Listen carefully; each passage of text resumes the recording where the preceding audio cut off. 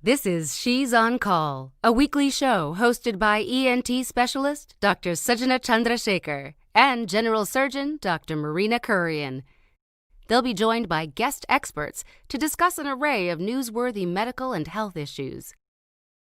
You're invited to ask the doctors anything. The physicians and their guests' views are their own and do not represent any institution. Please contact your doctor for any personal questions. Please hit share and join us live on Facebook, Twitter, and YouTube at She's on Call, hashtag She's on Call. Please welcome our hosts. Hello, I'm Dr. Sujana Chandrasekhar. I'm an ear, nose, and throat surgeon practicing in Midtown, New York City and Wayne, New Jersey with ENT and Allergy Associates. I'm Marina Kurian. I'm a general surgeon, and I do a fair amount of weight loss surgery and weight loss counseling in New York City. You're always trying to throw me off. I don't know the game we play, but it's cool. I'm into it now. I wake up at 4 o'clock, imagine what I'm going to introduce myself as, and then I go back to sleep. And this is for show number 30, you guys. We have been, She's on Call. This is show number 30. We're so proud of all of our previous episodes. We've had wonderful guests on. And this episode, we're going to take it back to the roots, I think, a little bit in terms of we're so out of touch with med school. The Sujana had this great idea. We need to get medical students on. We need to let everybody know what's happening. Yeah, and I think particularly on this weekend when we reflect and remember the Reverend Martin Luther King Jr. and all that he talked about in terms of service and equality, medical students who are active in terms of social justice are whom we are featuring today. Right. So stay tuned for our guests. Our guests are going to be Lash, Nolan, and Alec, Calac, and both are medical students. Lash is the Harvard Medical School class of 2023, the first Black woman president of the Student Council. Alec is earning his MD and his PhD from UCSD, and he's a proud member of the Pauma Band of the Luseno Indians. And both of our guests are not only medical students, which, believe me, in this day with COVID and everything else and getting all the education in, it's hard enough, but they're also really social justice warriors. Please, we're going to meet them in a few minutes, but please take this time to sort of share and like and tag any of your friends who will be interested in learning how these young people got into medical school and what they're doing with their education. We are live on Facebook, on Twitter, and on YouTube. We are closed captioned on YouTube for anyone who has some hearing issues. And we are carried on WBAI 99.5 FM and WBAI.org on Mondays from 2 to 3 p.m. Eastern. Yeah, so we're going to talk, as we always do, of this, next year. Next year, we're not going to talk about COVID, right? I mean, I hope. Right. We can only hope. So we're right at the first death that occurred from COVID-19 infection in the US. It's been a year. And there are a lot of stats that are going now. We can see that, this is the worst year in review that we could possibly have, right, Suju? Yeah. This was not how we anticipated it as we turned the clock from 2019 to 2020. Like you said, Marina, a year ago, the US had its first death from COVID-19. And unfortunately, we have increased the number of illnesses and deaths exponentially in this country and throughout our world.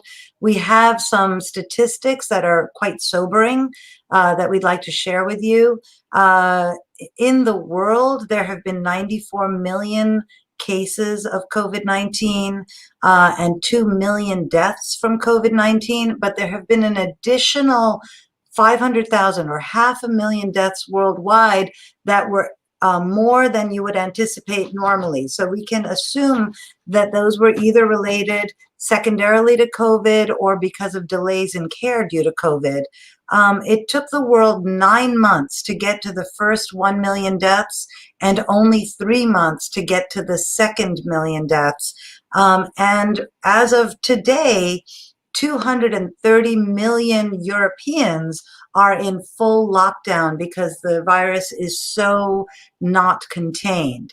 And Marina, maybe you can talk to us about the US numbers. I will, but what I was going to just say was that I'm in contact with a lot of our international surgical colleagues, and they're on shutdown. Some of them are on shutdown for elective cases. Obviously, emergency cases have to go.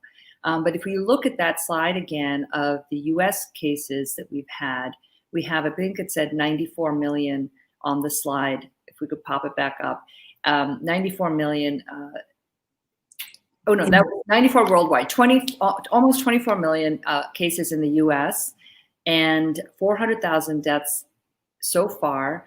4,000 currently is the number of deaths per day in the US, and we're also just hit a high of 240,000, but I think it's actually 250. So in 2 days, we're going to be at 24 million cases in the US. And the good news is, at least, and we had a slide last week where we showed the good news is that we're doing much better in terms of the death rate in different regions compared to what we saw in New York back in March, April, and May. So there's hope, and we've learned so much on how to treat these cases and not to necessarily go right to the ICU and right to putting a breathing tube in. We've learned a lot this past year. Yeah, I think, we've also, remarkably, the vaccines were developed and tested and are safe. And Marina, you got your second dose today, so I'm incredibly jealous. I was saying that if guys, yeah. If I have a reaction, we can live tweet it.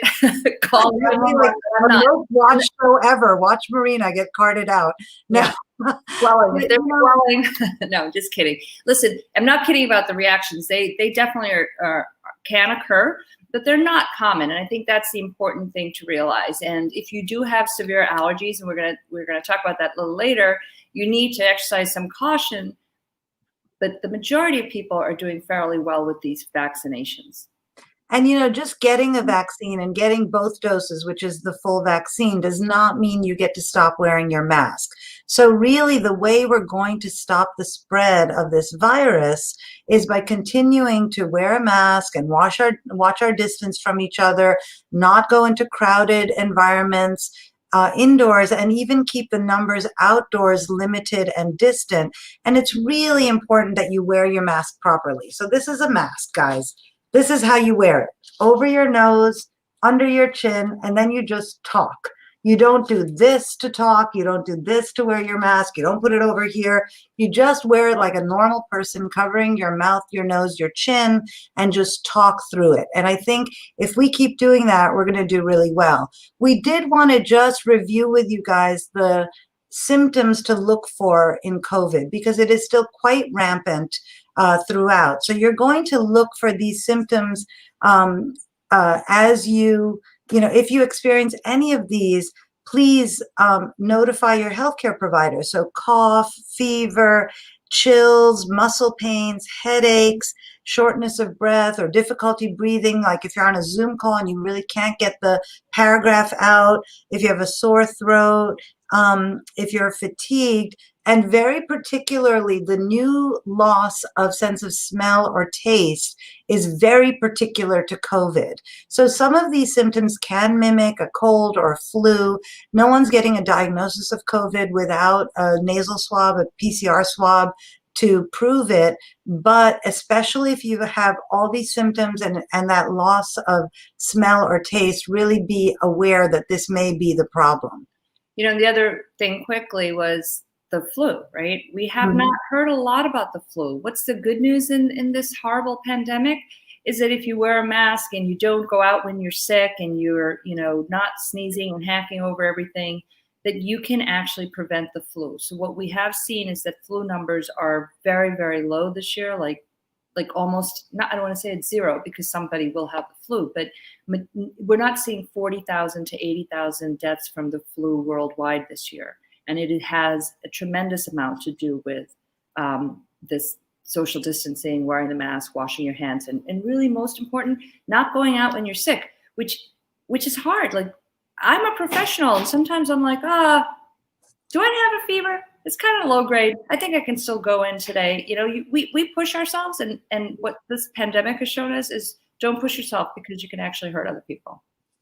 Yeah, I think we've learned a lot this past year, and I think that's really the lesson to take home.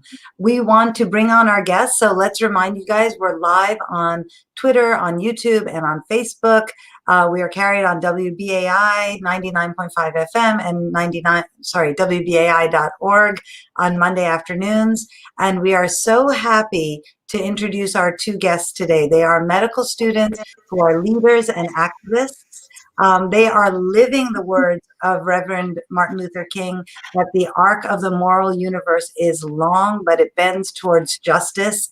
Our guests today are Lash Nolan from Harvard Medical School in Boston and Alec Calac from University of California, San Diego Medical School. As Marina said, Lash is the Student Council President of the class of 2023, the first African-American woman to have reached that position.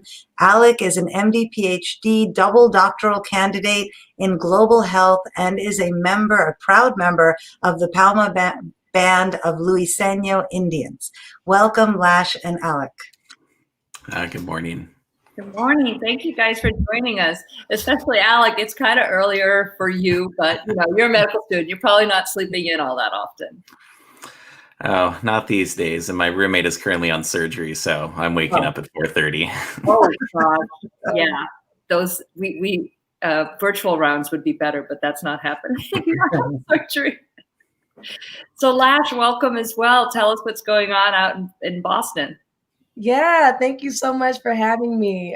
This is an honor. I'm so excited to be joined by Alec. But yeah, things are going down in Boston. I'm in my second year of medical school at HMS. That's when we start our clinical rotations. So I'm at Cambridge Health Alliance, which is an amazing place to be. So I've been having a really good time learning a lot of medicine and surrounded by great people.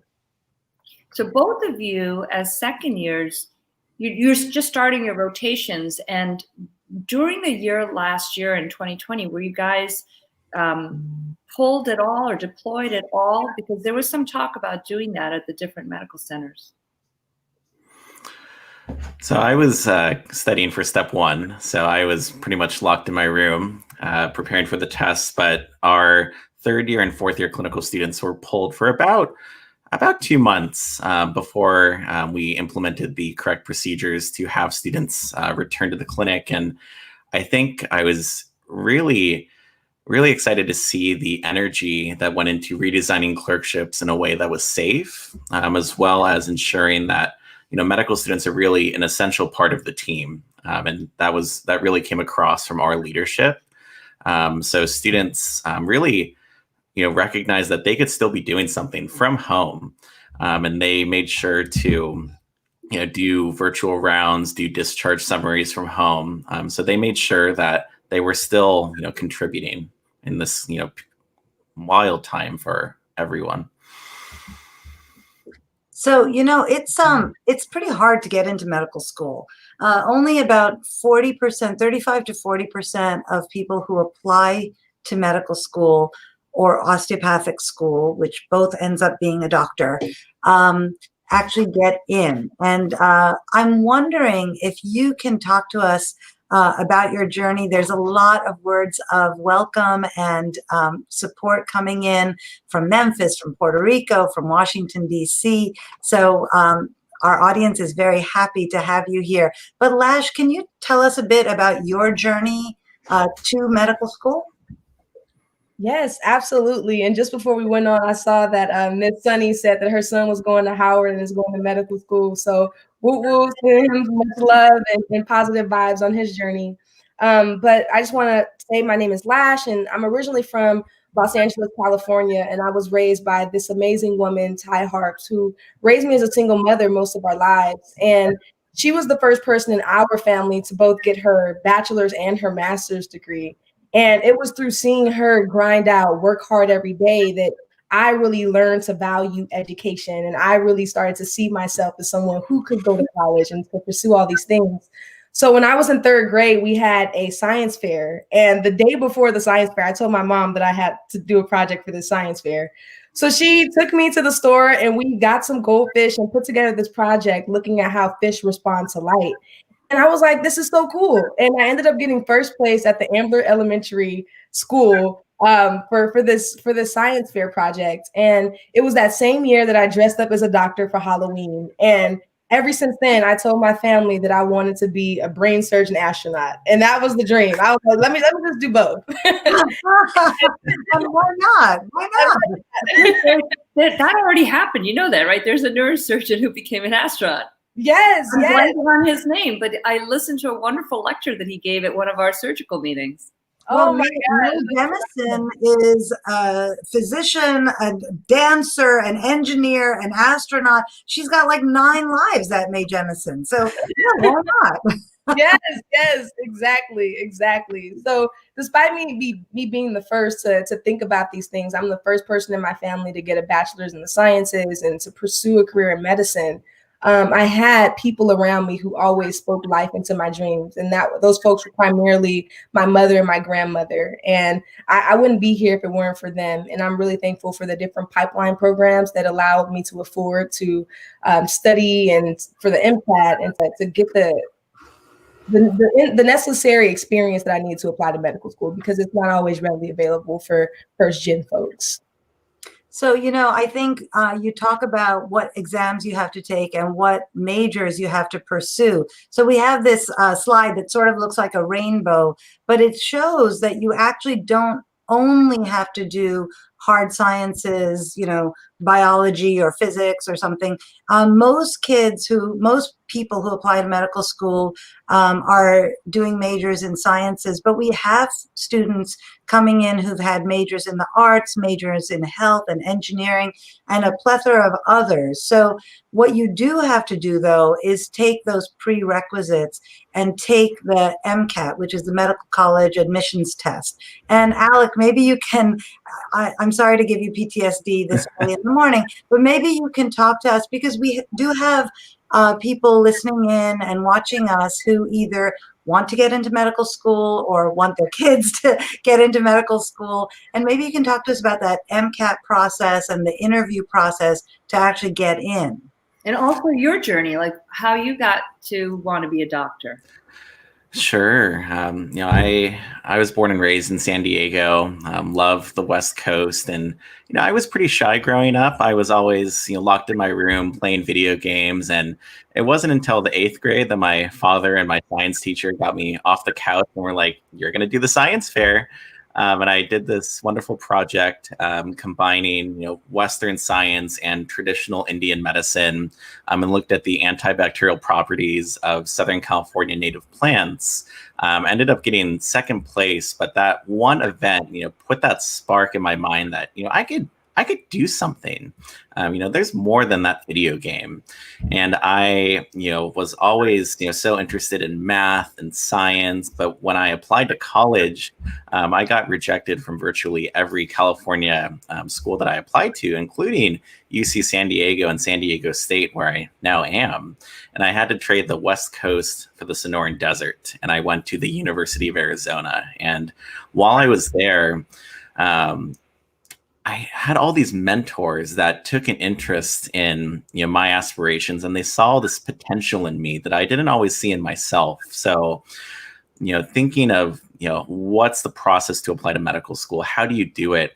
Those mentors were so important, because I was completely unaware that medical schools didn't have universal admissions requirements. Some required you to take a sociology course or a psychology course. So get that mentor, on the interview process, you need to practice. I barely practiced for my interviews, and kind of my real interview was my first time for many schools. But I'm so happy to end up at UC San Diego. I'm in San Diego State, and now they're stuck with me for 8 years. So it worked out in the end. That's really, it's interesting. Why I want to go back to something you said. Why do you feel that you didn't get to any of the University of California system? By the way, University of Arizona, great school also. It's wonderful. Bear down. To this day, I'm not too sure. But what I do know is that the University of California is a land grant institution, which means that the president gave thousands of acres of land expropriated from Indian people to establish universities for the purpose of agriculture. And the UC system is built on my people's land, and it's built on the land of hundreds of California tribes. And those students aren't represented in the UC system because it is so selective. So you see students that have to leave where they're from, and for a Native person, they have to leave where their community is in order to attend higher education.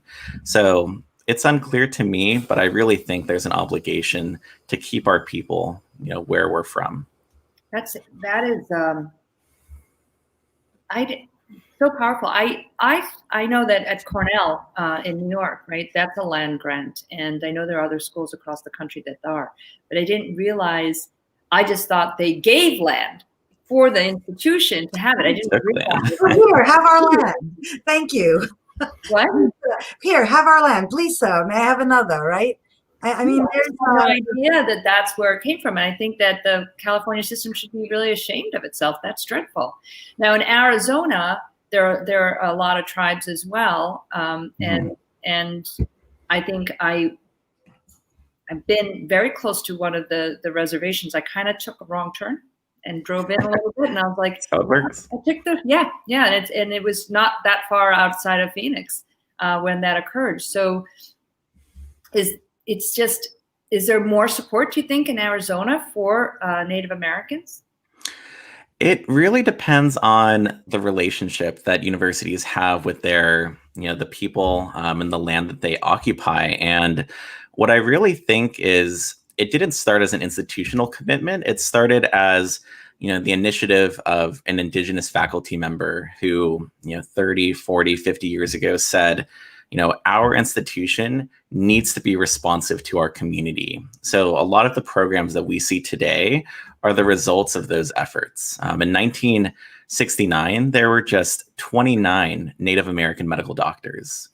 And that, has grown exponentially. But, I think it's really, we have to thank the previous generation for ensuring, these programs exist, especially for Native Americans going into medicine. We have a slide that we'd like to show, kind of gives us the breakdown of what's happening, in med schools, somewhat as a representation of what's happening in our ethnic mix in the U.S. So if we can pop up that slide, and you can see what our population is, and see that about 63% of medical students are white. It's very similar to the U.S. population. But where we see the decreases are in the African American community, the Latin community, and Native American and Alaskan Native, versus we see here that it's the population is 5% Asian, but when you look at med schools, it's about 14% Asian.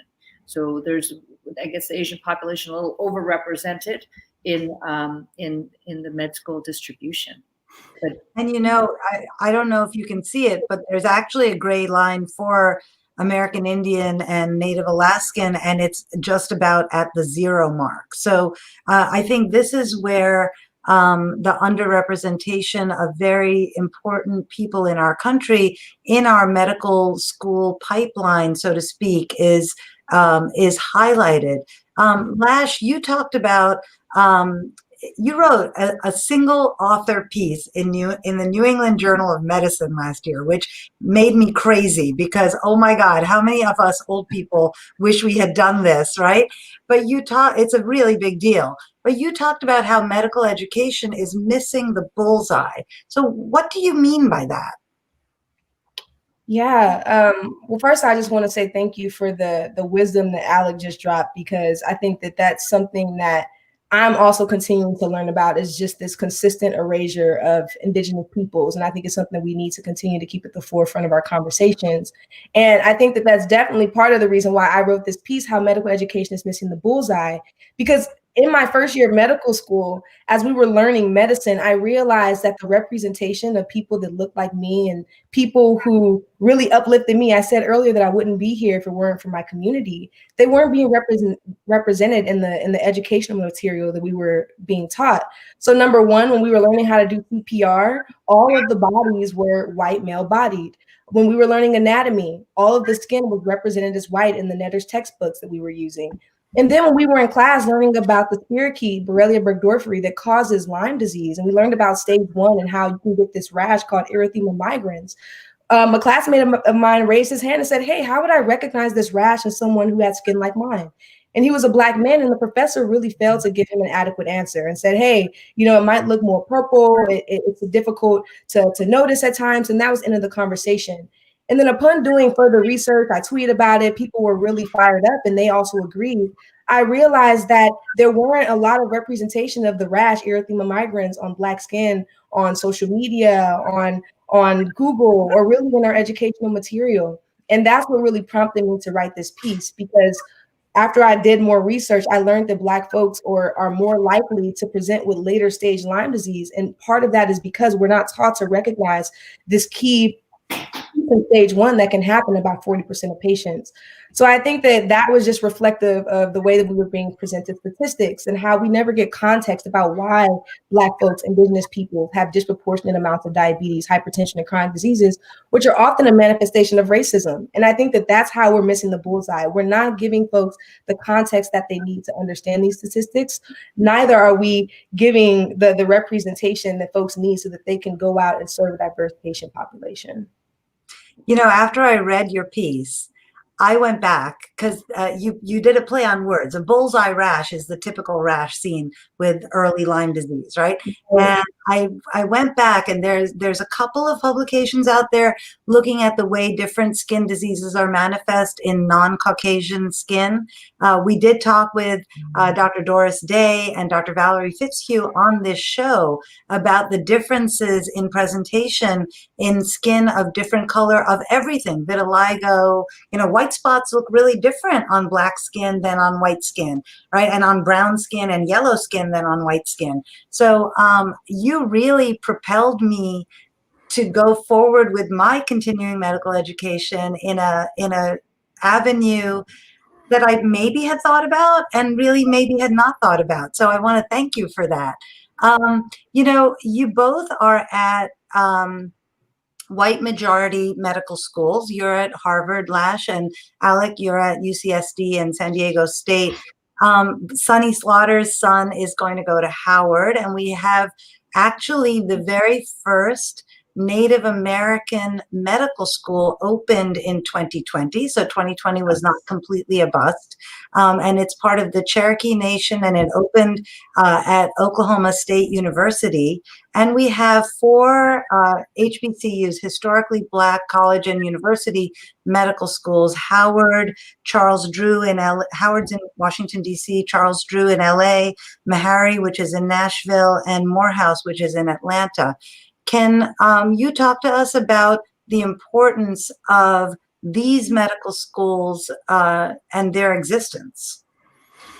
Sure. I look at the new Cherokee Nation Medical School and really ask myself, what does tribal sovereignty look like in healthcare? And that medical school is the prime example. The Cherokee Nation invested over $40 million on that campus. And it's not just training non-Native medical students who will go on and serve the needs of Native people. It's training Cherokee medical students to serve the Cherokee people.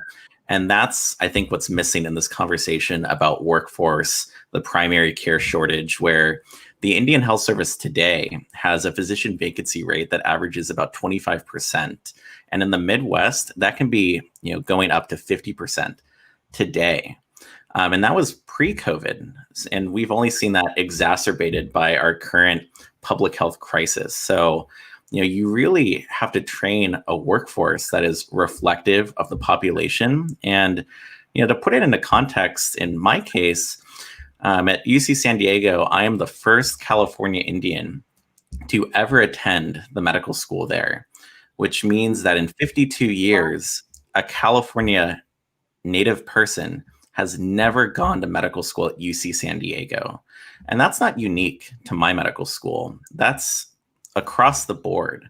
So we really have to think about who's here and who's not here. And I'm so happy that Lash also talked about, really contextualizing inequities, because I feel like we focus a lot on the what, but not the why. And that distinction is so important. It's shocking to me that, I'm glad you're the first, but it is also devastating that it's 2000, and so you started in 2018. Yes, 2018, and I'm not celebrating. No, celebrate yourself, frankly, because somebody's got to be the first, and the first opens the door to the second, the third, the fourth, the 20th, right? So celebrate yourself, because these are really important accomplishments. Radhika Lakshman wrote in, and she's watching from the Middle East, and she said, what can we do to change? You are the change. You too are the change we wish to see, right? So we have as the new administration comes in, the new director of the Interior, the cabinet level position is being held by a Native American for the very first time in the history of our country. So celebrate yourselves, celebrate the opening of the dialogue, because the floodgates do open when you see one or two or three or four people taking this role. I had the opportunity to serve at the Indian Health Hospital in Phoenix, Arizona for 2 weeks during my residency. One of our graduates from NYU had gone there, and he very graciously volunteered to host us for a couple of weeks on a rotation. And not only did I deliver care in Phoenix, but we got into little tiny planes and we flew out like to the northern rim of the Grand Canyon, to these very remote tribal areas to deliver much needed health care, in a big production to get it there. And I'm saying that because as we talk about this vaccine rollout, there is a story that just came out. There are 65 remote Alaskan Native elders who got their COVID vaccines from an all-woman team that went by car and by plane and by snowmobile to deliver the vaccines to each of these 65 people in these remote areas in Alaska. And I want to say that's Dr. Katrina Bengard was the physician on this all-woman team, which included nurses. And I think that this is the change, again, that we want to see. It truly is. I want to say that, while it is a devastation, and you said you weren't celebrating, I think we have to look at it as the future is going to be brighter because of it. And I also really applaud both of you for not just going in quietly and not make a fuss. Like, when I was growing up here, I got here in 1970. Don't anybody do any math, but I wasn't born there. Okay, so I'm just saying.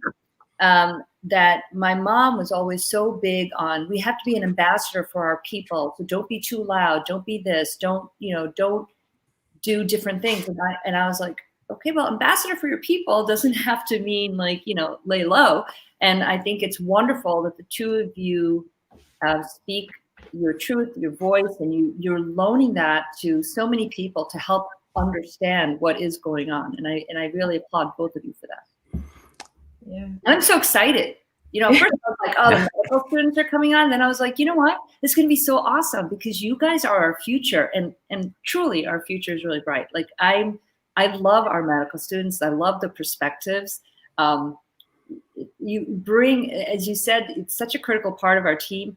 You guys bring a lot more to the table while we're trying to teach you. And I'm always like, ask me questions. What do you want to hear? But, don't think we're not learning.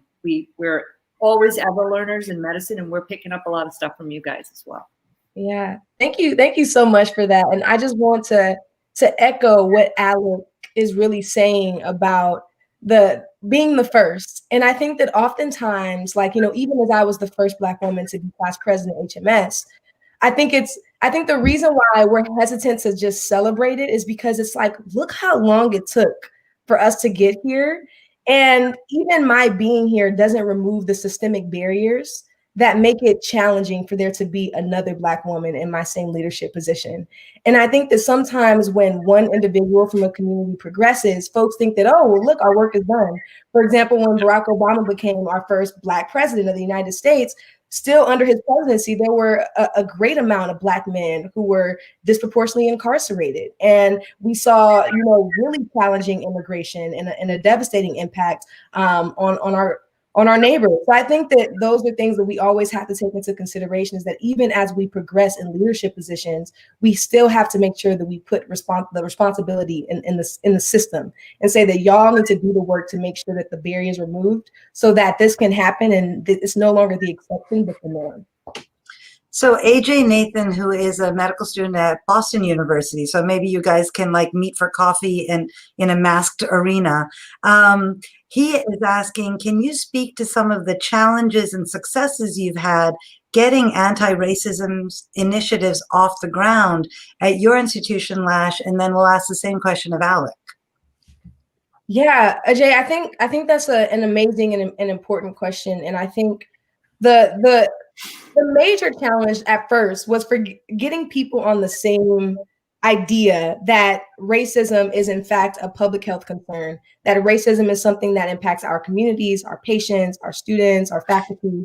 And I think that now that racism isn't this taboo subject, like we're actually starting to have the conversation, and it's a mandatory conversation. It's not lunch talks with pizza where all the Black students are together talking about how their institutions are racist and how we need to change things.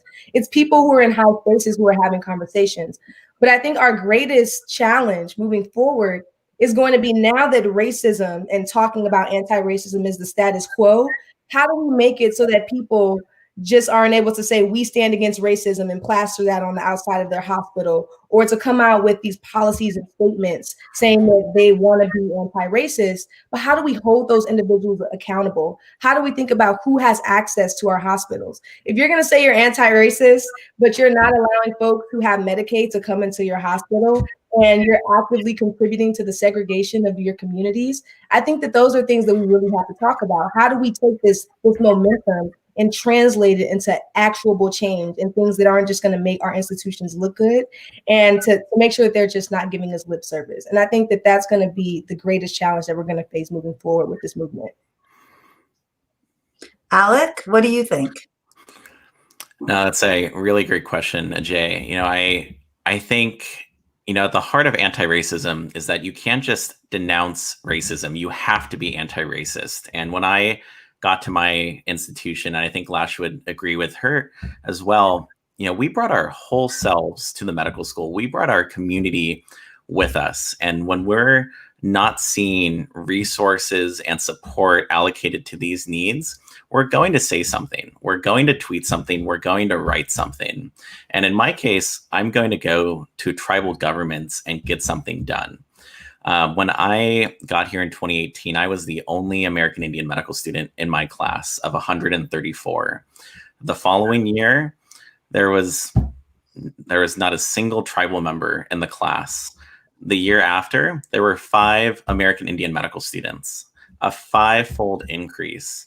And that's because I was loud and I brought attention to this issue. And when I look at U.S. medical schools, 11% of U.S. MD granting institutions teach something about Native American health, which means that the majority do not.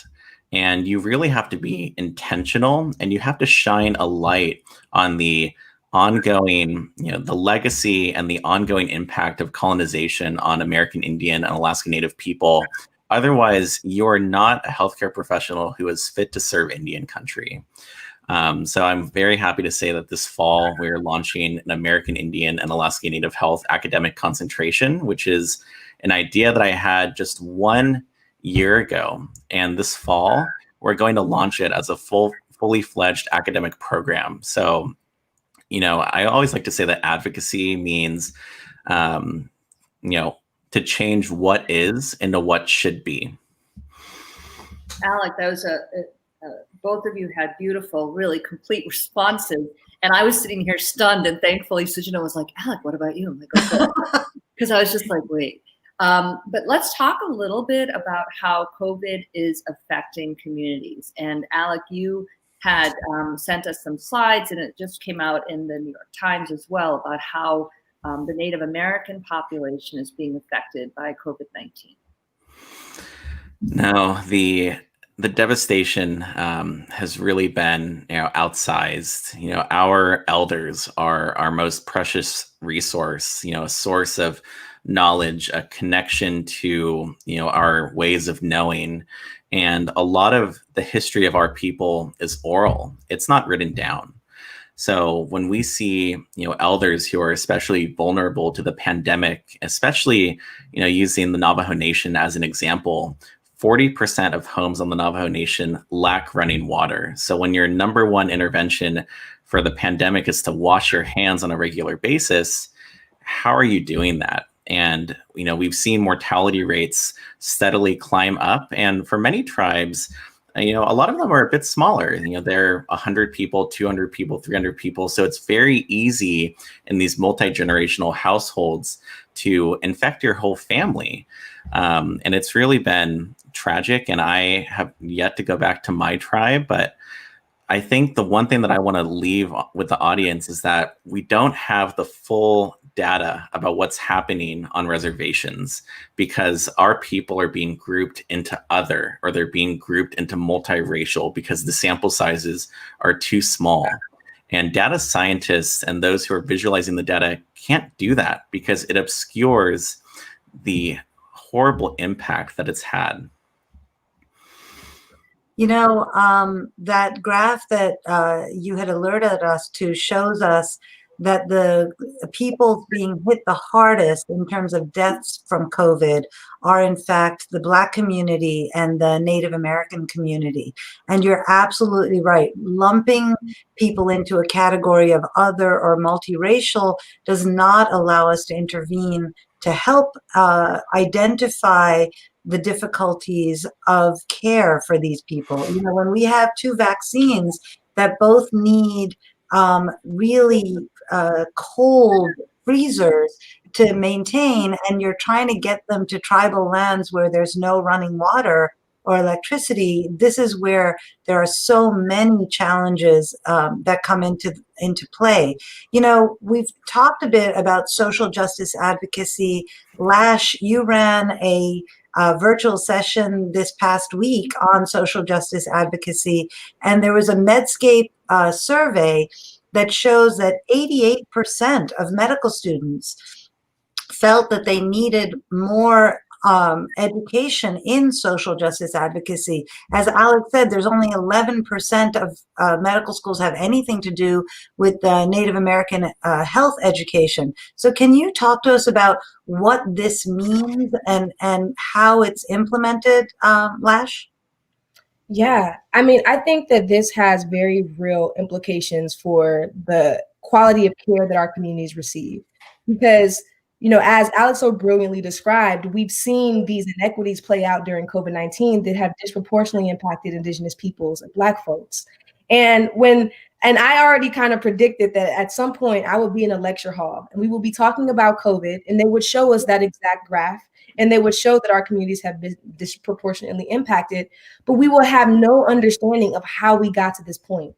We'll have no understanding about why is it that we're more likely to live in intergenerational housing, and understanding of how these folks are most likely to be essential workers on the front lines, the importance of understanding racial capitalism and how we've essentially, or our government has decided that they are going to prioritize profits over people, and how that's then going to spill over into why people do not trust the government, why they're more resistant to getting the vaccine. Because when you've been through an entire pandemic and our government, our leaders have shown that your life does not in fact matter, why is it that you're going to trust them to take a vaccine? And I think that those are the conversations that we aren't having, especially when it comes around vaccine hesitancy.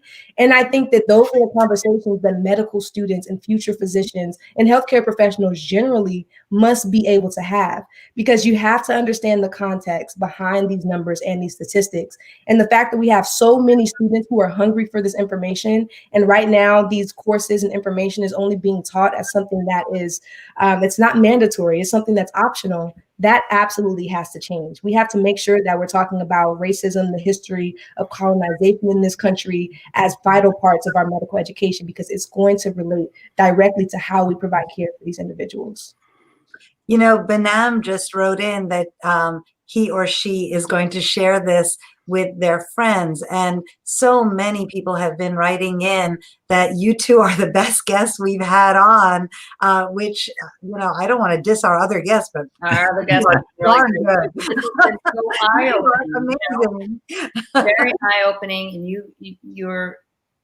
your advocacy and that passion. We all have passion, like, you know, what passion I've left, you know, in this old body, but I'm very passionate about what I do and how I can take care of people and improve their health. But you guys are really not just talking about communities, but you're really talking about broad segments of our country that your advocacy is going to help, and your Twitter, your tweets are going to make notice for the rest of the country and the people that need to see it. And I'm just, you know, like, stunned by you two. You're really just completely amazing. And I look forward to what you guys are going to do in the future, and because it's just starting. But, you know, without this platform that you've already created to speak about these issues, you know, so many of our viewers and even I am just still stunned by the fact that UCSD never had a Native American, you know, these things that I don't think about, and it's just stunning. So I appreciate you guys coming on, and it's not over yet. We still have more things to talk to you about. You know, you guys are just so amazing. You know, let's talk a little bit about why people might not go into med school, right? Like, there's graduate student debt. We have a slide about how most of our medical students are graduating with more than $200,000, sometimes $300,000 of debt, and that can be a significant block for going to med school, because how do you make it up at the end? You know, we have two slides. One, I want to put up our medical student debt slide, and then I want to talk about the journey. So here it is. 50% of our medical students will have over $200,000 of debt. And that's dramatic. That's crazy.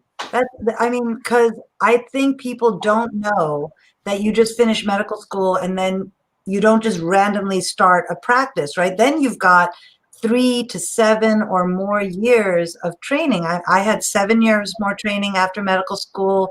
I think, Marina, you had 7 or 8 years more training after medical school before you start earning. And I mean, you earn something in residency, but it doesn't pay back $300,000 worth of debt. And then there's a slide that's a graphic from a place, I think, that helps you get to medical school.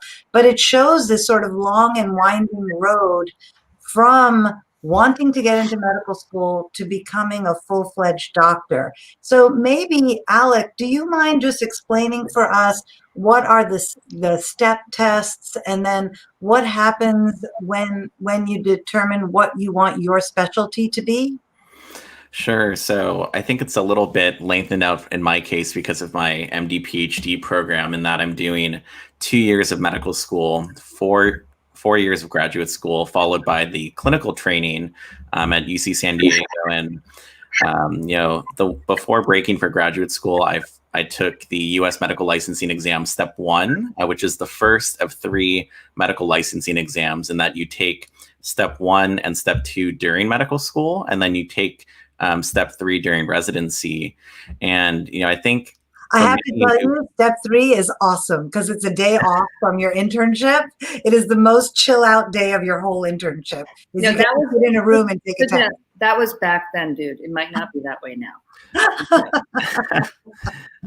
And I think for many who want to go into medicine, they think that the MCAT is the final exam and the last one that they're going to see. Because I'm not a big fan of standardized tests. And step one, I took it last July in the middle of a pandemic, and it was scary to take it in person. And you saw mounting calls on the AAMC and medical schools to make the MCAT optional. And I'm so happy that students use their voice, the Students for Ethical Admissions, and called attention to the unsafe conditions of requiring students to flaunt public health guidelines and take a test that can also be virtual. So, it's a very long process, and I really have to go back to mentorship, because if you're not aware of the requirements, you're going to be behind.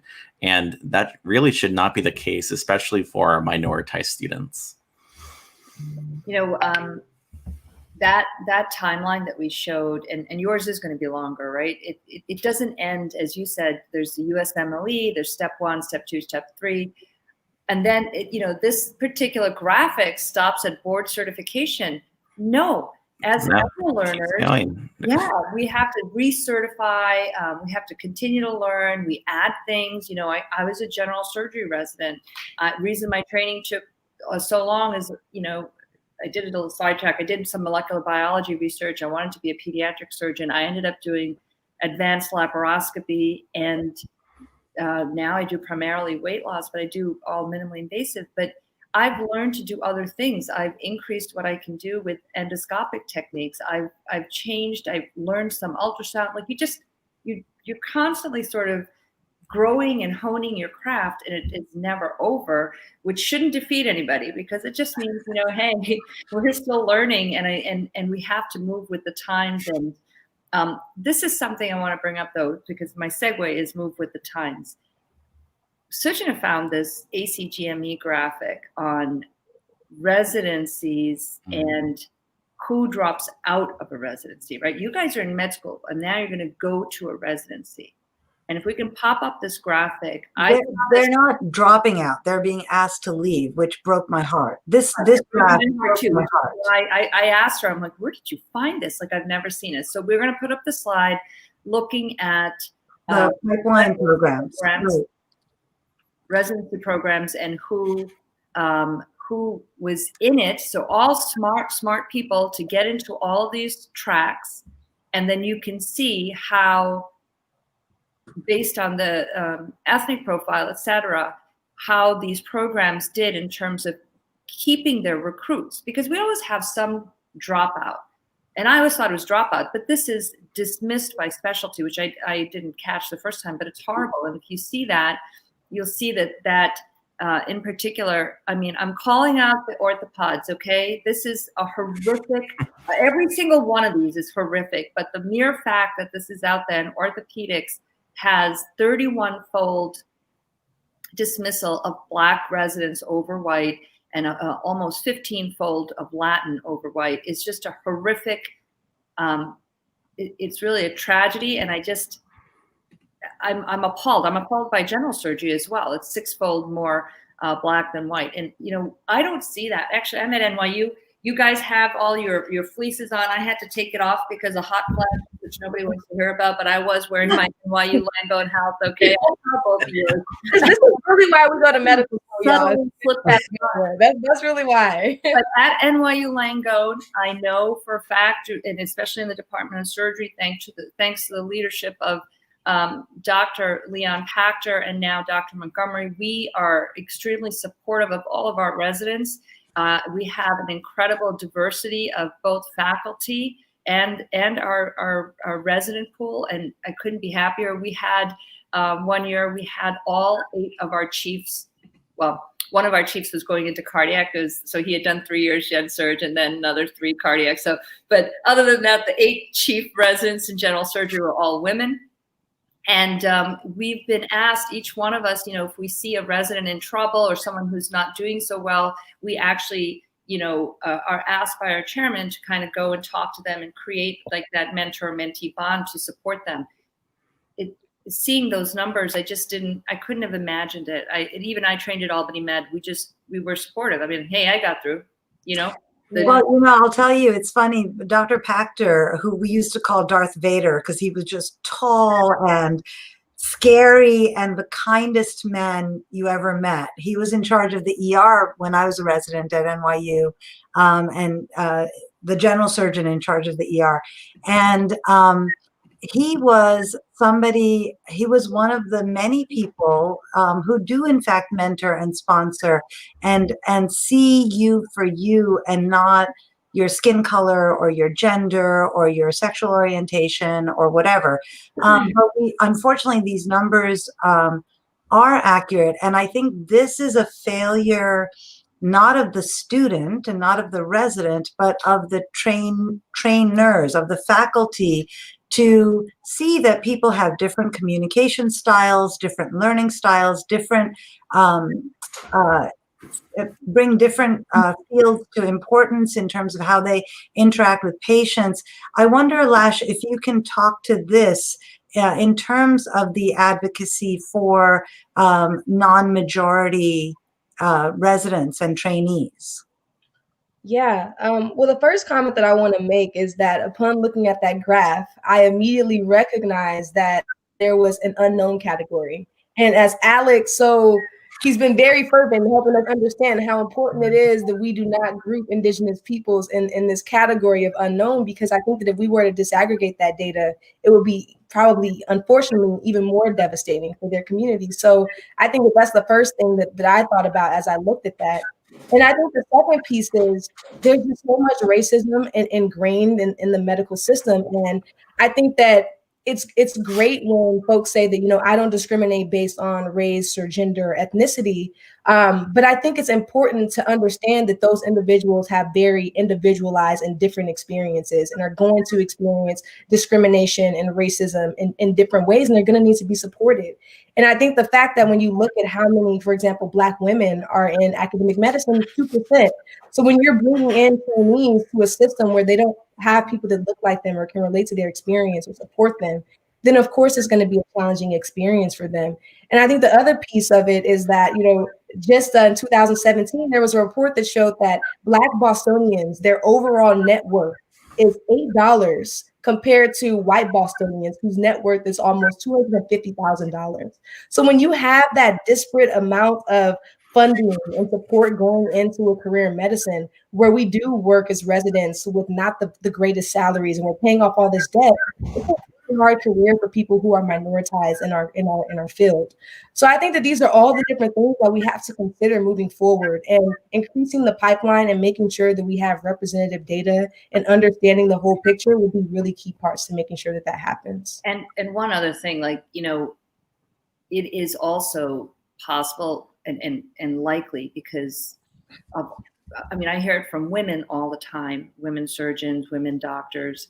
It's the micro and macro aggressions that the trainee has to go through that can significantly affect mood, ability, innate sense of self-esteem. And it can be wearing, and it can create dysfunction, and it can also add that to the racism or the misperceptions that are involved in training programs and putting out a product that looks familiar to you because it looks like you versus it doesn't look like you. All of that impacts into we're still just we're better than we were, but we still have so much to go. We only have 2 minutes left with these extraordinary individuals. I do want to just quickly bring up a slide of Alec's vaccine journey, because not only are you one of the groups who is less represented in the vaccines, but you also have a peanut allergy. And yes. I know people are very hesitant. Can you talk really briefly about that? Sure. Vaccine hesitancy is a real issue. And I'm so thankful that American Indians chose to participate in the trial when they really have no reason to do that. Because if we think of the impact that researchers have had on our people, that's a real history, and we have to acknowledge that. And I'm just going to take a second to also call out the medical students on Twitter and Instagram that are taking their vaccine pic and saying, look at my microchip. And that's horrible. And we really need to change that. Yeah, that's a good point. There's no microchip. I mean, a lot of my colleagues have been joking about it too in private chat groups, how the government's now tracking them. The government's been tracking you people, and it's your cell phone. And let me tell you, and your credit cards and everything else that you do. We want to thank you guys so much for joining us, really, Lash, Nolan, Alec, Calac, and you just have really shown a beautiful light on, I think, what's going to be an impressive future. And I'm just so happy that Sujana found you two and got you to join us. She worked hard at that. Thank you for responding to the stalker in me. I really do appreciate it. We could talk to you forever. Guys, please follow them on Twitter. They are amazing. They will teach you something new every single day. We want to thank our production team from Digimentors. We could not make this work without them. So we want to reach out to our producers, Rose Horowitz, Vandana Menon, Julia Weeks. Keval Ramanathan does our video highlights. Shristi does our beautiful design, and Nicole Lewis provides the voiceover that you hear at the beginning of each show. We want to introduce our guests for next week, Marina. Yeah, we're so excited to have our guest. Apurva Mandavili is joining us, and she is a New York Times health reporter and really very au courant of everything that's going on. And we're going to also talk to Dr. Nina Shapiro, who is a contributor at Forbes Health, and she's a pediatric ENT surgeon. See how Suju kind of sneaks her people in? I'm just saying. Of course. So stay safe, everyone. Get the shot. Wear your mask.